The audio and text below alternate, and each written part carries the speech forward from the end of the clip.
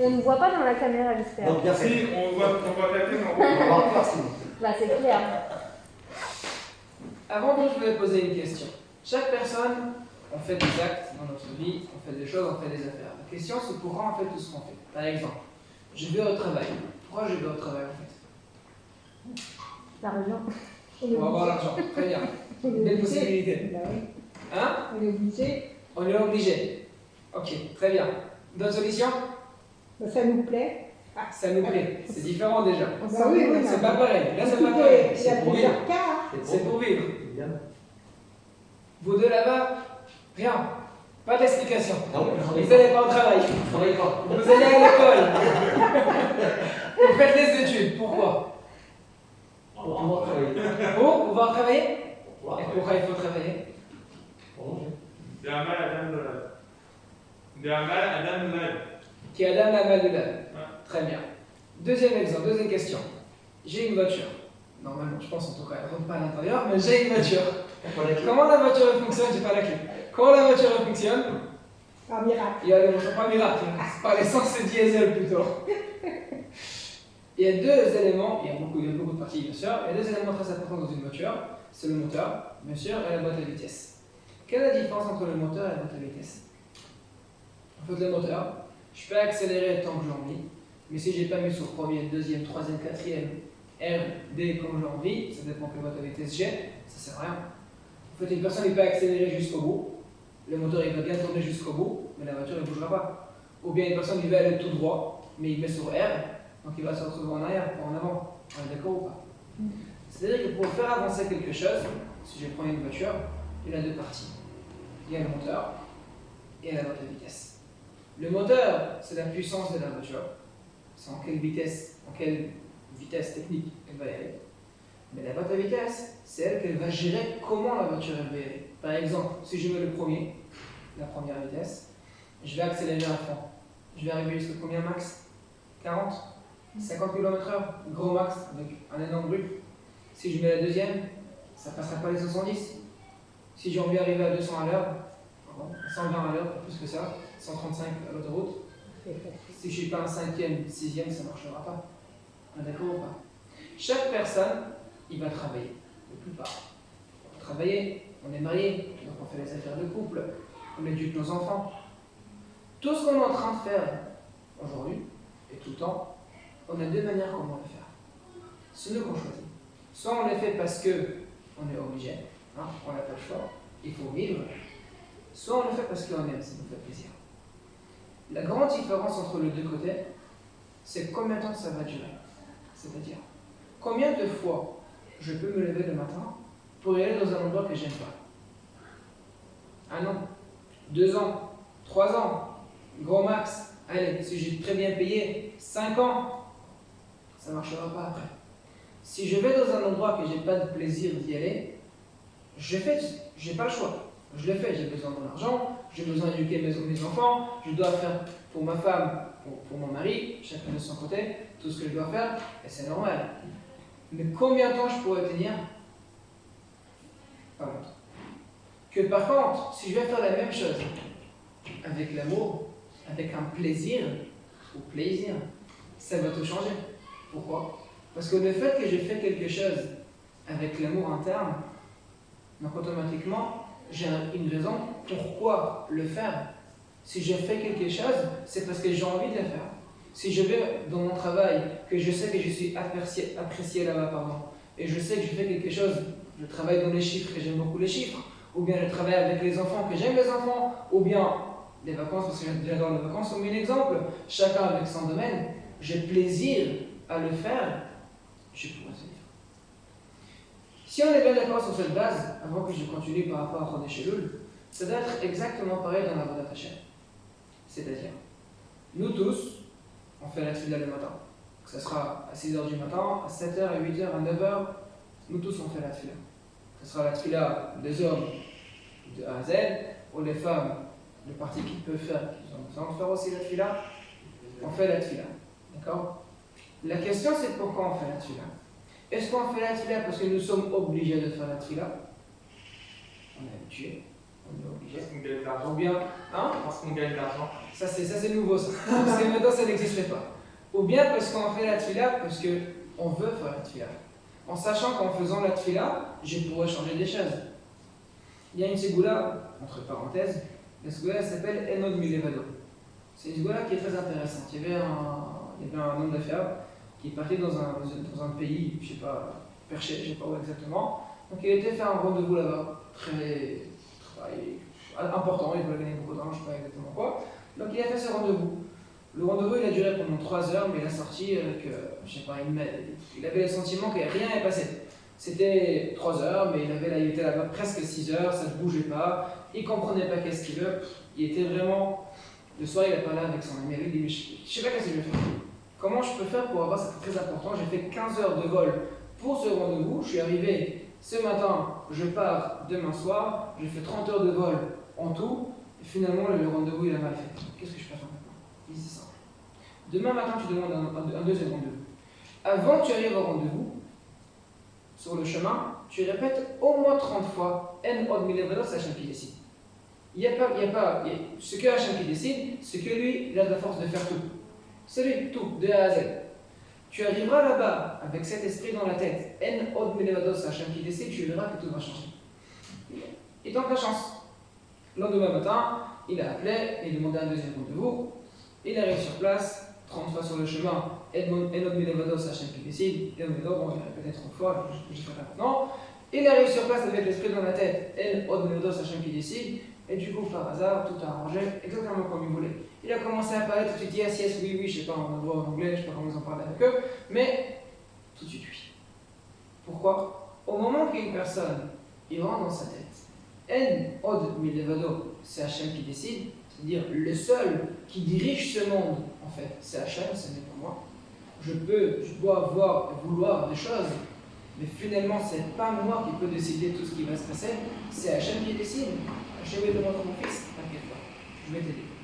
Mais si je pense que moi je suis le plus fort, c'est moi qui arrive à faire, c'est avec mon intelligence, c'est avec mes actes, avec tout ce que je fais, c'est moi qui va arriver à faire.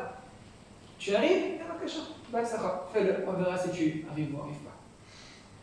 Quand on travaille, c'est une façon de parler. Quand on travaille chez Kadosh Baruch Hu, quand on fait un service que Hachem nous demande, le service, c'est pas un service, c'est une façon de parler parce que finalement on sert-nous pas à lui. Ça, ils sont plus de savoir. On dit à Avodat Hachem, on ne travaille pas pour Kadosh Baruch Hu, on travaille pour nous bien sûr. Mais c'est la façon dont Hachem a demandé qu'on fasse des choses. Mais tout ce qu'on va faire, c'est pas pour nous, c'est pas pour lui, c'est seulement pour nous. Donc quand on travaille dans notre travail, on doit faire les filotes, les mitzvot, les limud de Torah, tout ce qu'Hachem nous demande en fait. On a deux manières. On le fait, dans tous les cas. La question c'est pourquoi je le fais. Est-ce que je le fais parce que je n'ai pas le choix? Je suis obligé. Hein? La tfila c'est à 7h15 ici maintenant. Donc je suis là à 7h15, je n'ai pas le choix. Je suis le ramadan de la communauté, je suis obligé d'être ici. C'est une manière de voir la chose. Combien de temps je peux retenir? Je ne sais pas. Si j'ai fait quelque chose parce que je n'ai pas le choix, je ne sais pas comment on peut retenir. Et par contre, si je vais faire la même chose parce que j'ai le plaisir de faire la tfila, j'ai envie de faire la tfila, j'ai envie de dire merci à Kadosh Baruch Hu pour tout ce qu'il nous donne, c'est déjà différent. Ça sera à 7h15, ça sera à 8h, à 9h, à 10h, on s'en fout. Au moment que je fasse la même chose avec cette attention, pas parce que j'ai besoin de faire, c'est parce que j'ai envie de faire, ça change. On va essayer de voir un peu plus les choses. Si on regarde un peu l'amour qu'il y a dans ce monde ici, si je vous demande à vous, c'est quoi le plus grand amour qu'il y a dans ce monde? Qu'est-ce que vous allez me dire? Il n'y a pas d'amour, personne ne me dit. Chez Ashkenazi, Pas chez les Ashkenazim, la question n'était pas posée pour ce cas-là. Il n'y a pas le plus grand amour qu'un enfant pour sa maman. Il n'y a pas, ça n'existe pas. Un couple, avec tout le respect, la maman c'est pas sa maman, c'est toujours comme ça. Et pourquoi? Parce que si on regarde, normalement, dans le plus cas possible, ça existe, dans la plupart du monde, on va dire que c'est comme ça, la maman, elle est toujours présente dans le moment difficile de l'enfant. Hein? Il y avait la rentrée scolaire aujourd'hui, l'enfant il rentre de l'école, qui voit normalement le premier? C'est sa maman, il voit sa maman. Donc si la journée était sympathique, il parle avec sa maman, s'il avait des choses pas sympathiques, il dit à sa maman aussi, normalement. il a des choses qui ne conviennent pas exactement, il va pleurer chez sa maman. Un enfant qui a un problème, généralement il ne réfléchit pas, il se met à côté de lui, ah bien mon fils, on verra comment on peut arranger le problème. Que par contre le papa, c'est pas toujours, dis-moi, qu'est-ce qui s'est passé exactement? Qui a dit c'est pas lui qui a raison? On le connaît tous. C'est pour ça, on peut voir que normalement, un enfant qui était bien éduqué en tout cas, quand sa maman il va lui demander quelque chose, il ne va pas réfléchir. Il va se mettre tout de suite à côté de sa maman, tout ce que tu veux, je te fais. Et pourquoi? Parce qu'il sait que sa maman, quand elle fait quelque chose, c'est avec son amour. C'est un amour absolu. Elle le fait jusqu'au bout. Que par contre, d'autres, ça peut être avec des intérêts, ça peut être avec des envies, beaucoup d'explications. Au moment que sa maman elle demande quelque chose, même si c'est pas très facile pour lui, il va le faire. C'est vraiment qu'elle a demandé. On connaît la phrase, on touche pas maman. Ça, c'est autre chose. Papa, mes frères, mes soeurs, pas de problème. Maman, ça, on touche pas. Et c'est normal, pareil, parce que c'est l'amour, on peut dire l'amour absolu. C'est-à-dire, la phrase qui est très connue, que je l'ai dit déjà, et je l'ai répété plusieurs fois, Kamail hapanim lapanim, ken lev ha'adam ladam. Si j'ai une personne que je ne sais pas s'il m'aime ou pas, qu'est-ce que je vais faire? Je vais rentrer dans mon cœur. Je vais vérifier. Si j'ai des sentiments d'amour par rapport à cette personne, je peux savoir qu'il m'aime aussi. Mais si par contre j'ai des haines contre lui, j'ai la haine contre lui, ou je ne l'aime pas particulièrement, c'est-à-dire que lui c'est pareil, il ne m'aime pas non plus. Kamail hapanim lapanim. Quand je regarde les miroirs, si je regarde les miroirs devant moi, la première fois que mon fils, mon grand, était devant le miroir, il s'est éclaté de rire. Il s'est éclaté, il voit le bébé devant lui qui s'éclate, donc il s'est éclaté encore plus. C'était mignon, il avait 1 an et demi, pour la fois c'était assez mignon de voir. Mais c'est bon ça en fait. Quand on voit une personne devant nous, en fait c'est notre reflet. Si nous, on est souriant, il va être souriant. Si nous, on est, comme on dit chez Neuf, on fait une tête, il va faire une tête aussi. C'est toujours comme ça. On rencontre qu'il y avait une personne que il est arrivé la première fois à Paris, je suis désolé, on est à Paris, bon. C'est la première fois qu'il est arrivé à Paris, et il a dit, mais c'est pas possible, c'est exactement comme j'ai entendu. Aujourd'hui que les Parisiens, ils font la tête. Toujours. Ils font toujours la tête, il n'y a pas de sourire à Paris. Donc ils rentrent dans un magasin, au lieu que la vendeuse lui dit bonjour monsieur, rentrez, tatata, elle lui regarde comme ça avec une tête bizarre. Il passe dans un autre magasin, pareil. 3e magasin, pareil. Il dit, mais c'est pas possible. Dans le 4e magasin, et le vendeur il vient devant lui, il dit, mais qu'est-ce que vous avez à Paris que vous ne souriez pas? Je dis, monsieur, pourquoi vous ne souriez pas? Si vous allez rentrer dans un endroit avec un beau sourire, le jour il va vous sourire aussi. Mais si vous allez rentrer avec une tête par terre, c'est pareil. Et je peux vous dire, je l'ai vu aussi, je suis désolé pour une fois c'était à Paris, à l'époque j'étais à côte de l'ennemi, donc j'avais l'habitude de prendre l'erreur après le métro 1. J'étais dans un métro 1, assis, sur une chaise, sur un petit banc, c'était avant la corona, donc on n'avait pas de masque. J'étais assis sur un petit banc, et il y avait une personne qui est rentrée. Une personne qui est rentrée avec un grand sourire, je ne sais pas pourquoi, je n'étais pas si plat, avec un grand sourire. En rentrant, il y avait une personne qui était en face de lui avec une grande tête. Et ben, c'était comme si on a éteint la machine. Le sourire, on voyait comme si ça s'éteint doucement, et il rentre avec une tête. On voit une personne qui est triste devant nous, on va être pareil. On voit une personne qui est content devant nous, avec un vrai sourire, pas un faux, automatiquement, nous aussi on va être content. Pourquoi c'est pas l'autre qui a eu le sourire? Hein? Pourquoi c'est pas l'autre qui a eu le sourire? C'est une question sur Parisien. Alors, je sais pas, je suis pas de répondre. Ils ont croisé à l'instant, donc je sais pas.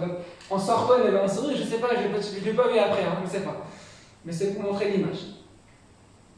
Donc, s'il y a une personne devant moi qui m'aime vraiment, en même temps je vais l'aimer vraiment.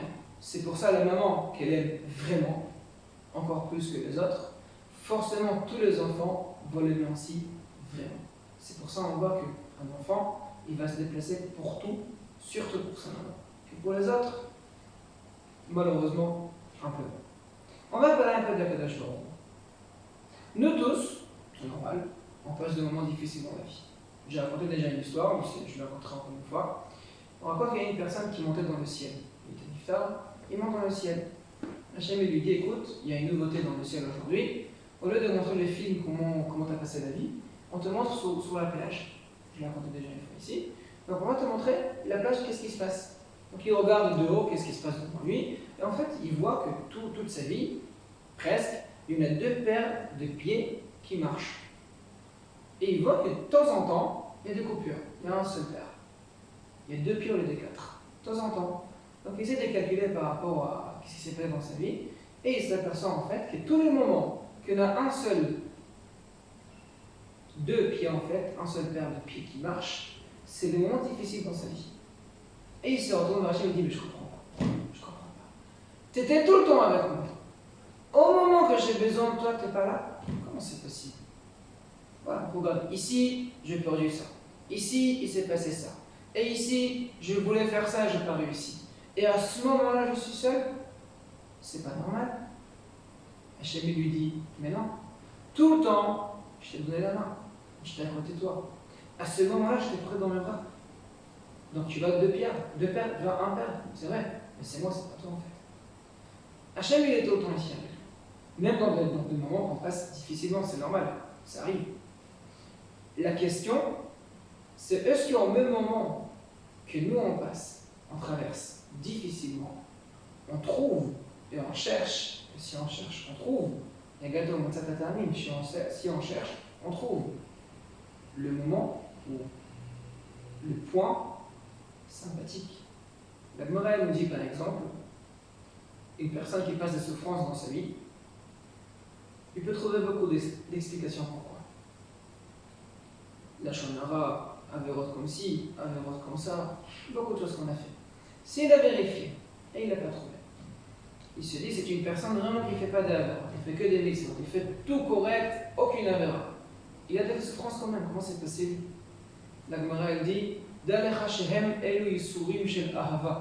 des souffrances, c'est des souffrances d'amour.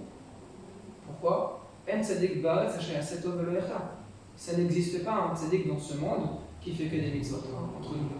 Ça n'existe pas. La Gemara elle raconte sur 7 personnes que les 7 ils n'ont pas fait d'avérote, ils sont morts à cause du serpent avec travail melou. C'est tout, 7. Si on compte combien de personnes il y avait depuis la création du monde jusqu'à maintenant, je pense qu'il y en a quand même pas mal. Donc si la Gemara dit N tzaddik ba ça veut dire N, ça n'existe pas. Donc même si maintenant tu as cherché et tu n'as pas trouvé d'avérote que tu as fait, forcément tu as des avérotes. Donc c'est quoi les sourim chez l'Ahava? C'est quoi les souffrances d'amour? C'est des souffrances. C'est des souffrances, bien sûr. Et c'est pour te nettoyer. Comme ça, quand tu arriveras dans le monde futur, tu vas être propre. C'est-à-dire que même dans les souffrances, sans parler de moments sympathiques, même dans les souffrances que la personne passe, ça peut être des souffrances d'amour. Et comment on peut savoir la différence entre souffrance simple et souffrance d'amour? Si ça l'empêche d'étudier la Torah, c'est des souffrances simples. Mais si avec ces souffrances, il peut continuer à étudier, c'est des souffrances d'amour. Ça, la Torah nous dit. Mais si je ne parle pas de ça, même pendant qu'on passe des souffrances, il n'y a pas de moments sympathiques? Bien sûr qu'il y a. Par exemple, on passe des souffrances. Dans les souffrances, en sortant de la maison par exemple, je croise une personne que ça fait des années que je ne l'ai pas vue et ça me fait beaucoup de plaisir de le voir. C'était obligatoirement? C'était évident que je vais le voir ici? Non. Hachem m'a envoyé cette personne comme cadeau. Hachem t'a envoyé cette personne pour avoir des choses sympathiques. On se lève le matin? Combien de personnes ne se lèvent pas le matin? On n'a pas la corona? Combien de personnes ils attendent la corona aujourd'hui? En Amérique, ils ont dépassé aujourd'hui les 6 millions de cas. En Amérique. En France, hier, 3800 cas. En Israël, 2550 cas. Et nous, on est là, l'an prochain. On se lève le matin, on sort de la maison, on fait nos courses, on fait nos études, on fait nos travails, on fait tout ce qu'on doit faire. C'est obligatoire. C'est évident. C'est normal. Non. C'est des cadeaux qu'on reçoit. Le Nefesh HaChaim, il écrit dans Perek Dalet, il écrit là-bas qu'en fait, c'est rigolo un petit peu parce qu'en fait, chaque fois que je dis ce Nefesh HaChaim, je me rappelle quand j'étais un peu plus jeune, j'étais en Israël encore, j'avais l'habitude de faire des midrashiyot. Donc j'étais dans une midrashia à Shalom là, à Katamouni, et une fois je devais rentrer un peu plus tard à la maison. Donc je n'ai pas eu le car qui m'a ramené à Porto, je suis parti à la station de bus. En arrivant à la station de bus, il y a un jeune qui me regarde, qui me dit qu'est-ce que tu vois devant toi? Il veut le banc, la station de bus, il y a un petit banc, ça soit dessus, en tant que les bus il arrive. Je dis il y a un banc, il y a un sac sale. Il me dit non, tu vois pas très bien. Alors, j'ai compris qu'est-ce qu'il voulait. Il me dit mais il y a quoi devant toi? Je dis il y a un banc devant moi et devant toi aussi. Il m'a dit alors tu ne connais pas le Nefesh HaChaim. Le Nefesh HaChaim il dit que dans chaque objet qu'il y a dans ce monde, en fait, c'est pas. Vous voyez la table ici? C'est pas une table, c'est un cadeau. Il a mal compris le Péché Chaim. Il dit qu'en fait, que chaque objet, chaque création, chaque créature, chaque chose qu'il y a dans ce monde ici, si Hachem, il n'est pas en train de le recréer à chaque instant, il va se disparaître. C'est-à-dire que la table que j'ai ici maintenant devant moi, dans un instant, c'est pas la même. Moi que je suis devant vous maintenant, moi il y a un instant, et moi maintenant, et moi dans un instant, c'est pas la même personne. C'est chaque moment, Hachem, c'est comme si il prend une pompe et il me donne, il me refait, comme si, c'est un exemple, comme ça dit le Péché Chaim. Donc lui, il voulait se moquer. Il a mal compris, malheureusement. J'ai essayé de l'expliquer, moi, il y a des gens que vaut mieux ne pas expliquer qu'expliquer. C'est-à-dire que chaque moment qu'on passe dans la vie, chaque chose qu'on voit devant nous, c'est pas par hasard. Hachem, il a fait cette scène devant nous exprès, que ce sera pour nous ou pas, je sais pas. Donc pourquoi nous, on est mi-contents, je suis gentil encore, pourquoi on n'est pas toujours content de ce qu'on voit devant nous? Tout simplement parce que nous on pense ça peut être mieux. Je me lève le matin et j'ai raté le bus pour 2 minutes, je sais que le prochain c'est dans 1 heure, je m'énerve. Entre nous, si après je veux entendre qu'il y avait un attentat, que les dossiers est parti en cacahuète et moi je suis sauvé, je vais être content. Donc est-ce qu'Hachem doit tuer 10 personnes pour moi que je vais être content? C'est normal ça? Vous connaissez l'histoire? Il y avait une personne qui s'est réveillée le matin, qui se réveillait un peu tard le matin, donc il est parti vite à l'aéroport pour rattraper son avion. Malheureusement, il a raté. Donc il a appelé un rab et a dit mais qu'est-ce que je vais faire? C'est l'avion que j'ai raté, écoute, qu'est-ce que je vais faire? C'est l'avion, c'est mes affaires, c'est de l'argent, j'ai payé $1000 pour les billets, comment je vais faire? Donc le rab il était un peu spécial, il lui a dit écoute, j'ai reçu un message spécial de Kadosh Baruch Hu hier, et moi je demandais à Hachem que tu ne te réveilles pas le matin. Pourquoi? Parce que je sais que cet avion, il va décoller, mais après il va atterrir dans la mer. Tous les passagers ils vont être morts. Donc la personne a commencé à remercier le rab, mais c'est pas merci que tu m'as sauvé, t'es gentil. Alors, dis-moi, est-ce qu'Hachem il doit tuer 300 personnes pour te sauver à toi? Hachem il a décidé que tu ne dois pas monter dans cet avion. Pourquoi? Je ne sais pas. Si je savais, je t'aurais dit, je ne sais pas. Ça peut être X raison, ou Y, je ne sais pas quoi. Pas forcément tu sauras la raison laquelle pourra t'être inventée. Pas forcément. Peut-être oui, peut-être non. Mais même si tu ne sauras pas, pourquoi maintenant tu n'es pas content? C'est parce que tu penses que c'est pas bien pour toi le fait que tu n'aies pas monté sur cet avion. Mais si en fait tu vas accepter que tout ce qu'Hachem lui fait c'est pour ton bien, même si tu ne le comprends pas, si on comprend c'est facile, il n'y a pas de problème. Mais même si tu ne comprends pas, vous savez quand est-ce que la gêne en donne à Kadosh Baruch Hu? Quand ça marche pas. Quand ça marche, vous connaissez la blague? Il y avait une personne qui était à Tel Aviv, à Paris, il cherchait une place de parking, il n'a pas réussi. Il tourne devant la Beth-Knesset, il tourne pour trouver une place, et il dit à Kadosh Baruch Hu, si dans 2 minutes je trouve une place, $1000 pour un Beth-Knesset. Allez, $1000 pour les yeshivot. Il n'a même pas fini sa phrase, la voiture devant lui, elle va défiler longtemps, il va sortir du parking. Hachem, c'est bon, je me suis arrangé, je garde l'argent chez moi, je l'ai parking devant moi. Quand ça marchera, c'est Hachem, pourquoi tu me fais ça? Et quand ça marche? Et pourquoi? C'est simple. Parce que nous, on pense que quand ça ne marche pas, c'est contre nous. Au moment qu'on va comprendre que ce n'est pas contre nous, au contraire, même si on ne comprend pas pourquoi, mais c'est pour nous, on ne va pas se plaindre. Parce que c'est pour nous. Je ne sais pas pourquoi, mais c'est pour moi. Je ne sais pas pourquoi. Franchement, je ne sais pas pourquoi. Beaucoup de choses que je me pose des questions. Mais le fait que je sais que c'est pour moi, sans savoir pourquoi, j'ai une autre vision. On est d'accord? Non? Si je vois les choses et je dis, je ne comprends pas la scène, je vois un magicien devant moi en train de travailler, il fait des choses extraordinaires. C'est un magicien. C'est-à-dire, je ne comprends pas comment il le fait, mais il n'a pas des forces hors naturelles. On est d'accord? C'est pas un sorcier.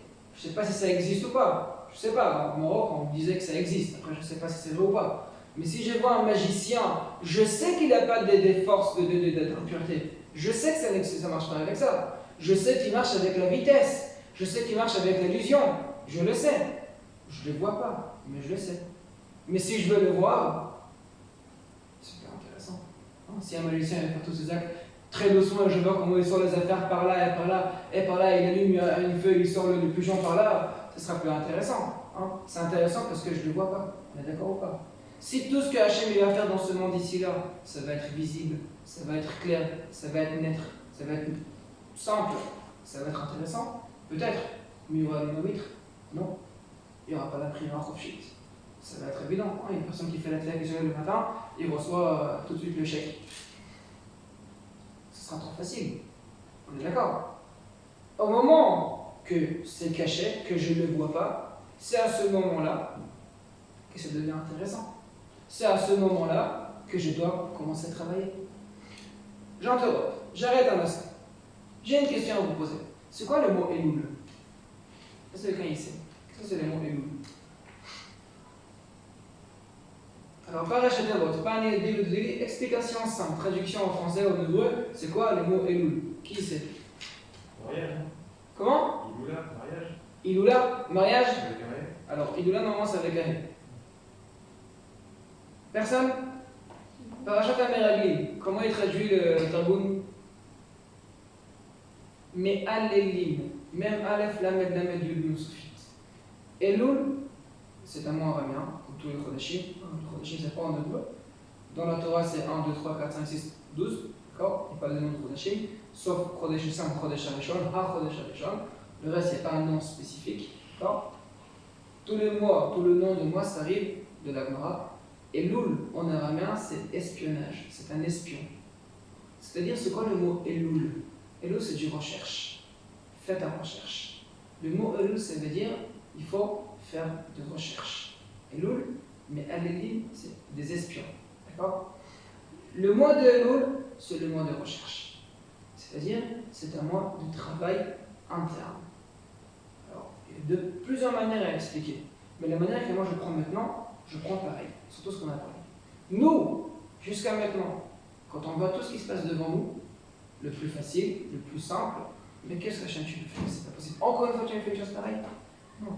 Cherche, rentre à l'intérieur de tout ce qui se passe et essaie de trouver les points sympathiques, bons, positifs, qui se cachent à l'intérieur. Et ça se cache, pas toujours c'est clair. Des fois ça se cache à l'intérieur. Mais c'est le travail d'un espion. C'est quoi un espion? J'ai parlé un peu Shabbat sur le travail des terrains. C'est quoi un espion? Un espion, c'est une personne. Parce qu'il paraît, ils ont dévoilé aujourd'hui un espion, un ministre, pas un ministre, un général français, un général dans l'armée française. Non. Vous êtes pas au courant? Si. Pour Si. qui? Espionner pour qui? Pour le la Russie. Russie, je crois. Pour la Russie. À la France. C'est pas sûr à 100%, mais il y a. Ah, c'est pas sûr. Alors j'ai rien dessus. Non, je crois, mais c'est quasi sûr. Ils ont dit qu'il est accusé de ça, quoi. D'accord. Ok. Donc c'est quoi un espion? Un espion, c'est une personne qui appartient, pas forcément il appartient à un autre pays, hein. Une fois c'est bien, c'est un Français qui est payé pour ça. Mais finalement, c'est à l'époque comment ça a été? C'était des patriotes, par exemple, russes, qui viennent en France, qui pénètrent le territoire français. Pourquoi? Pour essayer de trouver les endroits plus fragiles, plus faibles, pour pouvoir attaquer par là. Aujourd'hui c'est différent. À l'époque c'était comme ça. On fait une cave, on envoie des espions. Bon, les espions ils espionnent, ils regardent ce qui se passe autour d'eux pour trouver le point plus faible et attaquer par là.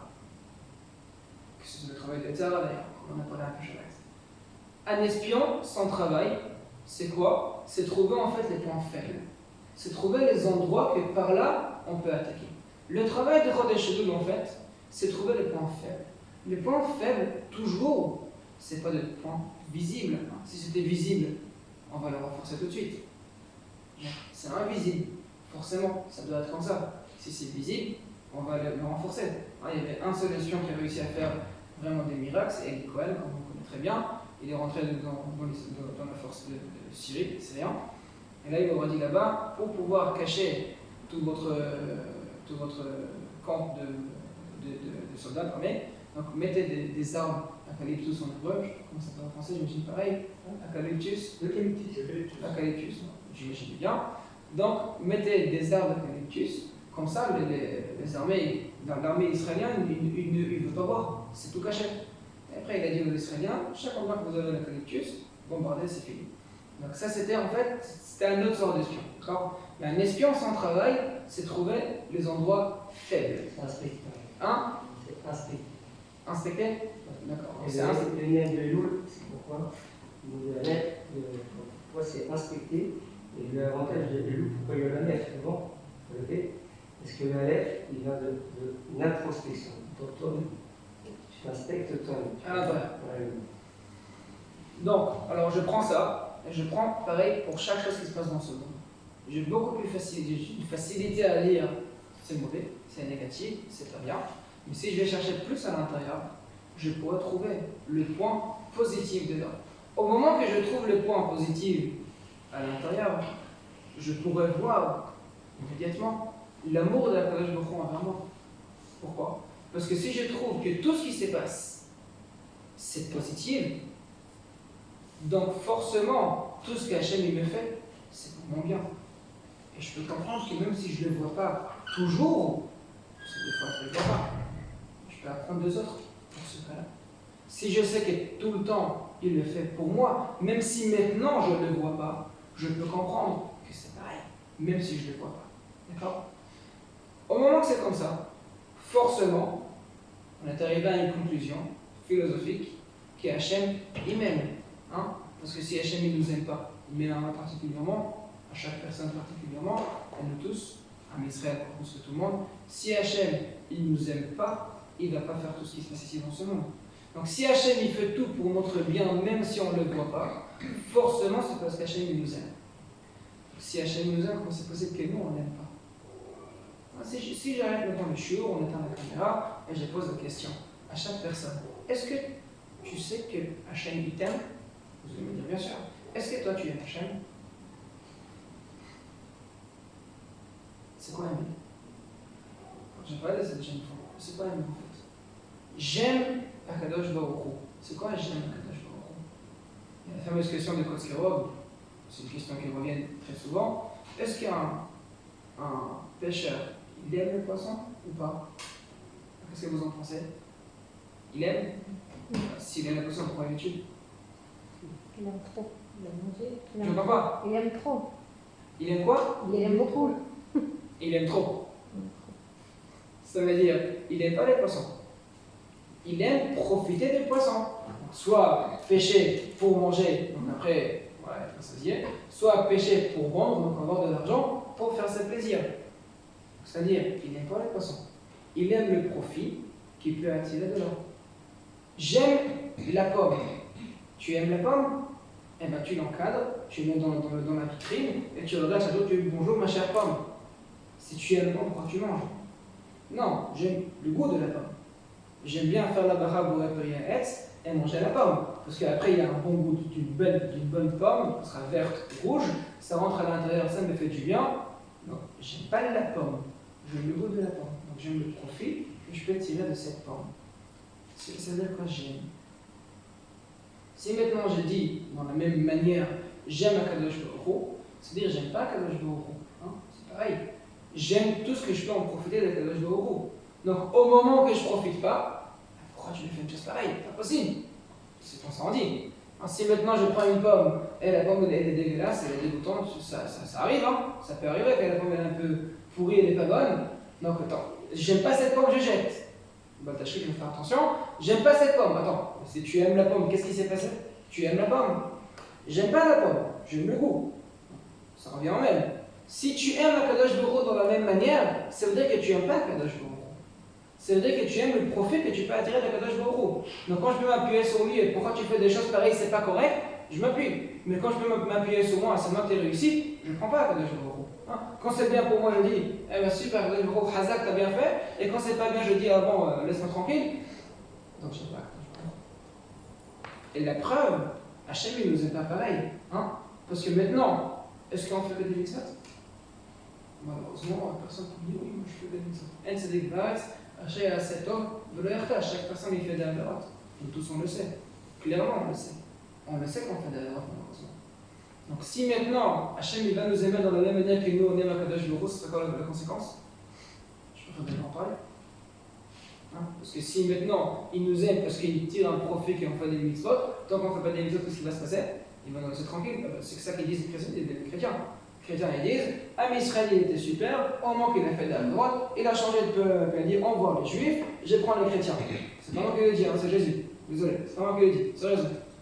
Donc maintenant, par rapport à elle, c'est comme ça. Hachem il aime, s'il y a un profit, si on fait les mitzvot, pas de mitzvot, Hachem il aime pas. Non, Hachem les aime comme leur enfant, comme son fils. Est-ce que j'aime mon fils seulement quand il est gentil? Quand il est pas gentil, je ne l'aime pas? Non. Quand il est pas gentil, je vais le redresser, je vais punir, je vais essayer de l'apprendre comment se comporter correctement. Mais je fais tout ça parce que je l'aime. Si je l'aime pas, qu'il fait tout ce qu'il veut, qu'il me laisse tranquille. Bah, pourquoi j'ai puni mon fils? Ça fait besoin de lui donner une claque? Non, jamais. Après il pleure, ça fait mal au cœur. Si je le fais, c'est pourquoi? C'est parce que je sais que si je ne vais pas le redresser, il va grandir un peu tordu. Hein, on voit Absalom.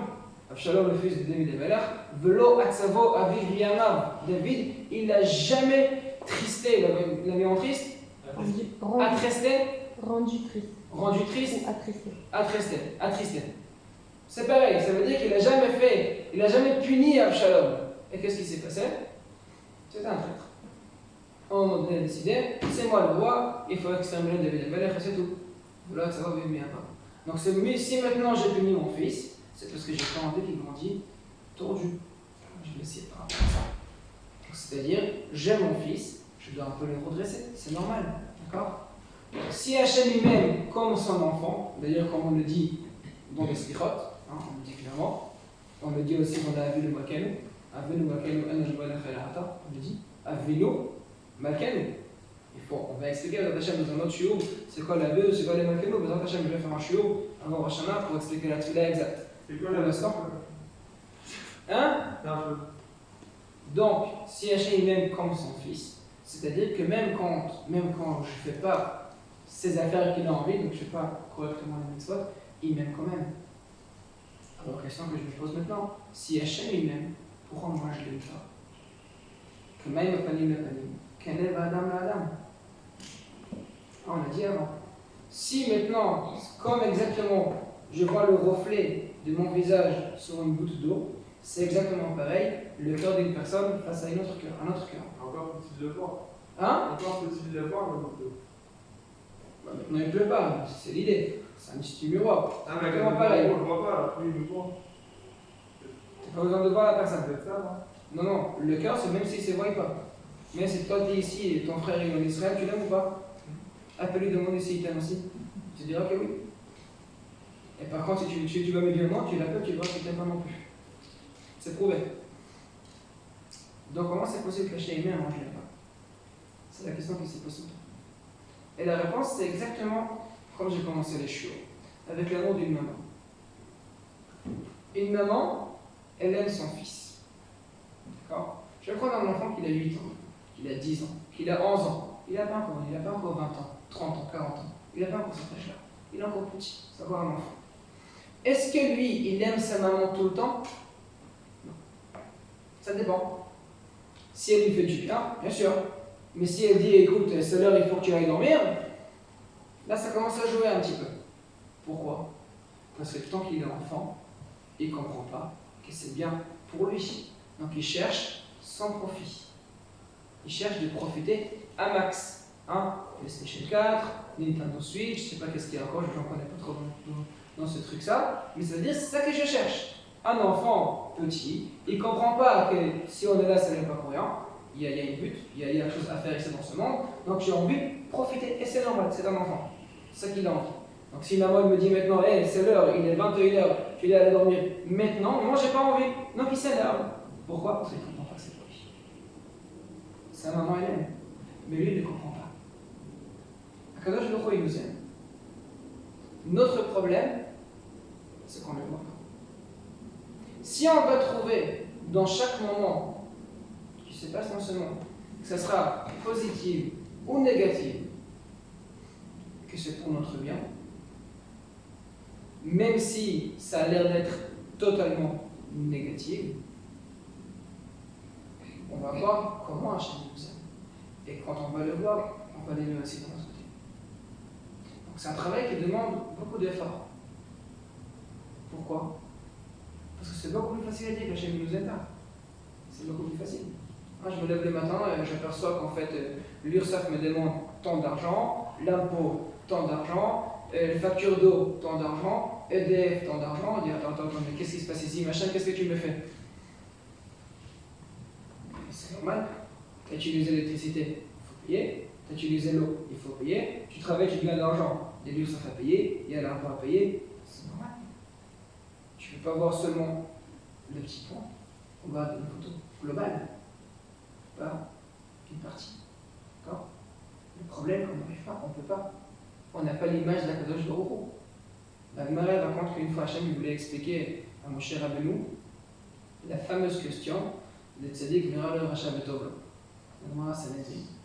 La Gemara elle explique comment Hachem l'a expliqué. Alors, la manière comment la Gemara l'a expliqué, je n'ai pas compris, mais l'idée j'ai compris. La Gemara a dit qu'en fait Hachem il a montré une histoire qui va se passer beaucoup plus tard. Moshe il se retrouve sur une plage, un lac, et il voit une personne qui marche, qui se fatigue. Il s'assoit au bord du lac, il pose son argent à côté de lui, et il s'arrange pour aller dormir. Quelques minutes après, une autre personne y passe, il prend son épée, il décapite la personne, il prend l'argent et il s'enfuit. Je me dis, qu'est-ce qui s'est passé ici? Je me dis, écoute, pour comprendre ça, il faut aller quelques générations en arrière. Et là, on voit qu'en fait, le père de la personne qui s'est fait tuer, il a tué le père de la personne qui l'a tué. Donc maintenant, il a tout compris. Moi, je ne comprends pas que le père était comme ça, je sais pas. Je sais pas, je ne rentre pas dans les calculs. Mais en fait, nous, notre question, c'est pourquoi? C'est parce qu'on ne voit pas l'image globale. Il y a la fameuse question que les gens ils demandent, rien à voir avec mon chiour, mais je le dis quand même, pourquoi les cachers est cher? On connaît cette question tous. Pourquoi les cachers est cher? C'est forcément parce que les rabbinim ils volent de l'argent. On le connaît cette question, c'est pas moi qui l'ai inventé. Pourquoi les cachers est cher? Donc si je vais maintenant à Leclerc, je vais acheter 1 kg de viande, c'est à 12 € le kilo. Que par contre au cachet, c'est à 15 € le kilo. C'est quoi ce 3 € de plus? Forcément, les rabbinim, ils prennent de l'argent. Attends, pour faire un blague avec les cachers, tu sais comment ça se fabrique? Il faut payer un chorette. Un chorette, il ne fait pas bénévole, non? Personne ne fait bénévole. Il y a un chorette qu'il faut le payer. Il y a une personne qui fait une cour à guidine. Il faut enlever le parti qu'on ne mange pas, le parti exact, parce qu'on ne va pas perdre trop d'argent, c'est normal. Il faut cachériser la viande. La bodec aussi. C'est du sel. Il y a le bodec, c'est une cour à guidine, c'est bodec.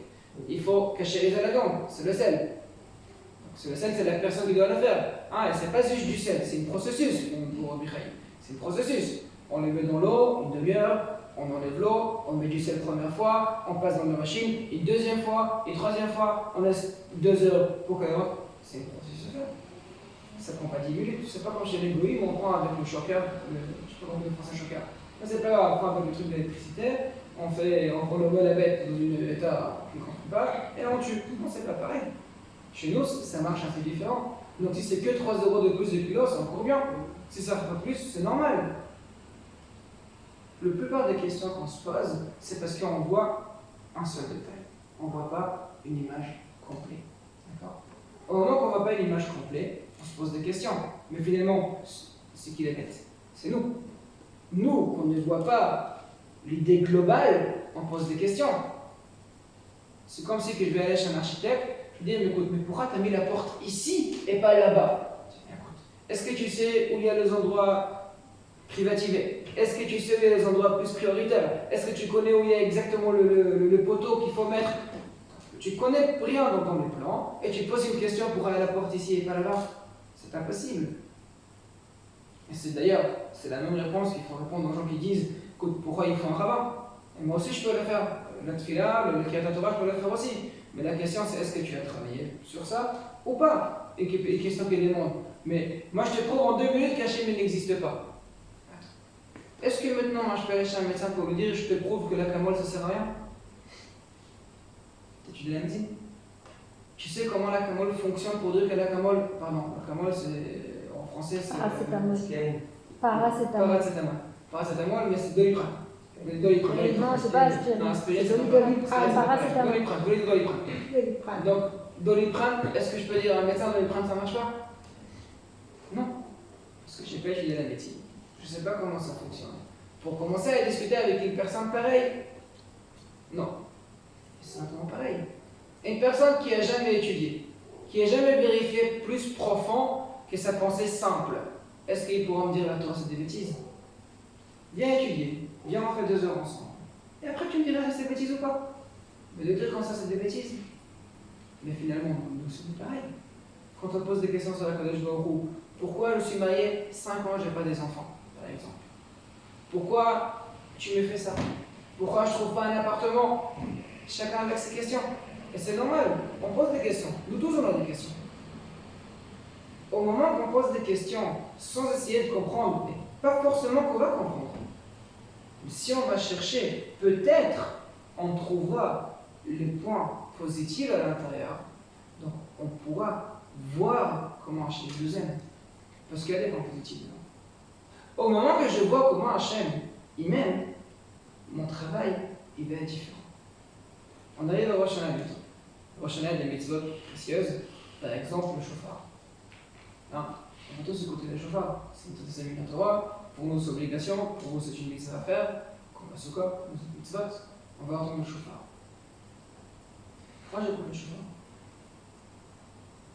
Vous savez, pourquoi on écoute le shofar Rosh Hashanah? Qu'est-ce qu'il y a à écouter le shofar Rosh Hashanah? Pour se rapprocher d'Hachem. Pour se rapprocher d'Hachem? Peut-être. Ça fait un son qui réveille. C'est un son qui réveille. C'est ça que tu dis ici? Alors, le plupart des mitzvot qu'on trouve, il n'y a pas d'explication. Le Rambam sur place, il nous amène Afal piche en botam, malgré qu'il n'y a pas de raison pourquoi on sonne le shofar, yesh bo remez. Il y a quand même une signification. Et c'est quoi ça réveille? Donc c'est pas la mitzvah. La mitzvah, c'est pas se réveiller. Il faut rendre écoute le shofar parce qu'Hachem l'a demandé. Finalement, à l'époque, quand les rois passaient dans la rue, qu'est-ce qu'on faisait? Avec les trompettes, tout c'est pareil. Rosh Hashanah, c'est quoi? C'était pas la Kedat Tetra que je parle. Alors, il y a beaucoup de ramazim. Ça rappelle la Kedat Tetra Kadosh Baruch Hu, ça nous réveille profondément. Mais la raison pourquoi on écoute le shofar, je sais qu'à je vais faire un show sur le philosophe, mais la raison pourquoi on écoute le shofar, c'est parce que c'est le jour qu'on va mettre à Kadosh Baruch Hu sa trône de roi. Tout simplement. Et au moment qu'il y a un nouveau roi qui s'installe, qui se met, qu'est-ce qu'on fait? Eh bien, c'est l'orchestre, c'est les trompettes, c'est tout. Donc c'est pareil. Donc au moment qu'on entend le shofar, c'est quoi la mitzvah à faire? C'est penser à l'oraison de Kadosh Baruch Hu. C'est tout. Entre le son de shofar, il y a certaines qui vont dire, d'autres qui vont réfléchir, et d'autres qui vont même pas réfléchir sur les bidouilles. À faire ou pas faire, c'est notre échelle. Les mitzvahs de shofar, c'est tout simplement la royauté, la Kadosh Baruch Hu. Et pourquoi on l'a fait? C'est nous qu'on l'a ici. Est-ce qu'on le fait parce qu'il faut le faire? Ou on le fait parce qu'on aime la Kadosh Baruch Hu? Et si on aime la Kadosh Baruch Hu, on a envie de voir à sa place. On raconte une blague que les 3 personnes qui sont venues se plaindre devant la Kadosh Baruch Hu. Le pauvre, le bête, et elle est le pauvre a dit à Kadosh Baruch Hu, mais c'est pas possible. Je suis toujours le dernier. Je suis tout au bout de la bête à Knesset, personne ne me regarde, et pourquoi? Hachem a dit, t'inquiète pas. Quand on va dire Boïbe Shalom, l'El Shabbat, tout le monde va se retourner, tu vas être le premier. Donc il s'est calmé, il est sorti. Le bête, il a dit à Kadosh Baruch Hu, je suis un bête, j'ai rien. J'ai rien. Hachem a dit, t'inquiète pas, tu vas être le parnasse du cœur. Et à l'aide de la Shabbat, il a dit, je suis au bout de la tfila. Les gens ils me disent, moi tu es dehors déjà. Et t'inquiète pas, tu vas être au milieu de Rosh Hashanah à Moussaf. C'est quoi la Shabbat? Deuxième partie, Alken Ekave. Vaya Hashem le Melech Kol Haaretz. Bayom Yeh Hashem Echad. Shmuel Echad, ça qu'on dit. Qu'est-ce qu'on cherche en fait? C'est quoi le jour de Rosh Hashanah? Malchuyot, Zichronot et Shafarot. Je vais expliquer votre Hashem. Principalement, c'est Malchuyot. Melech al Kol Haaretz Bichvodach. On demande une seule chose, la Melocha, la royauté. Qu'Hachem, il va être le roi unique de ce monde. D'accord? On a deux manières de le faire.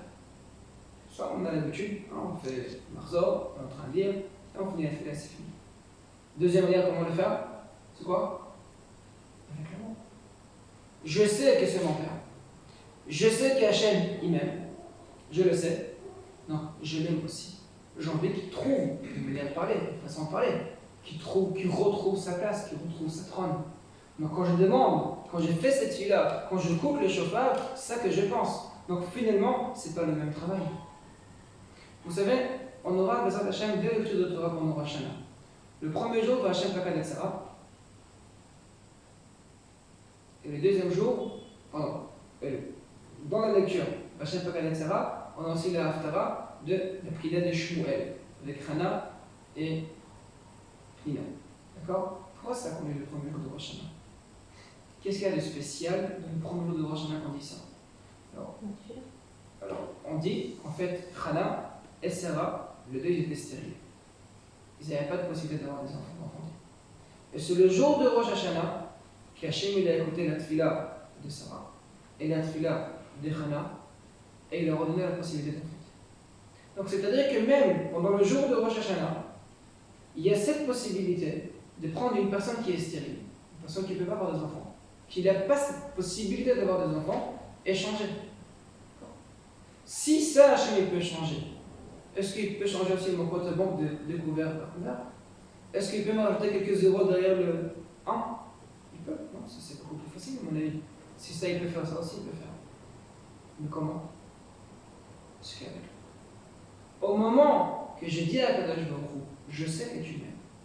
Et moi aussi je t'aime. Mais pas je t'aime comme une pomme. Non. Je t'aime profondément. C'est-à-dire, j'aime Akadosh Baruch Hu be'atzmo. Pas j'aime le profit que je fais tirer, donc quand j'ai pas de profit, alors j'ai pas envie. Non, j'aime vraiment. Donc j'ai fait les mitzvot qui me demandent avec l'amour, avec la joie. Et là je reviens sur Ve'ahavta et Hashem Elokecha. Bechol evavecha, ou bechol nafshecha, ou bechol modecha. On le dit au moins 2 fois par jour. Normalement 3. Shacharit, Arvit et Kirat Shema Shalamita. 3 fois par jour. Ve'ahavta, tu aimeras. Et Hashem Elokecha. N'oubliez pas que Hashem c'est le nom de Rachamim, de grâce, et Elohim c'est le nom de force. Le 2 on dit Hashem Elokecha. Et comment? Bechol evavecha avec tout mon cœur. Bechol nafshecha.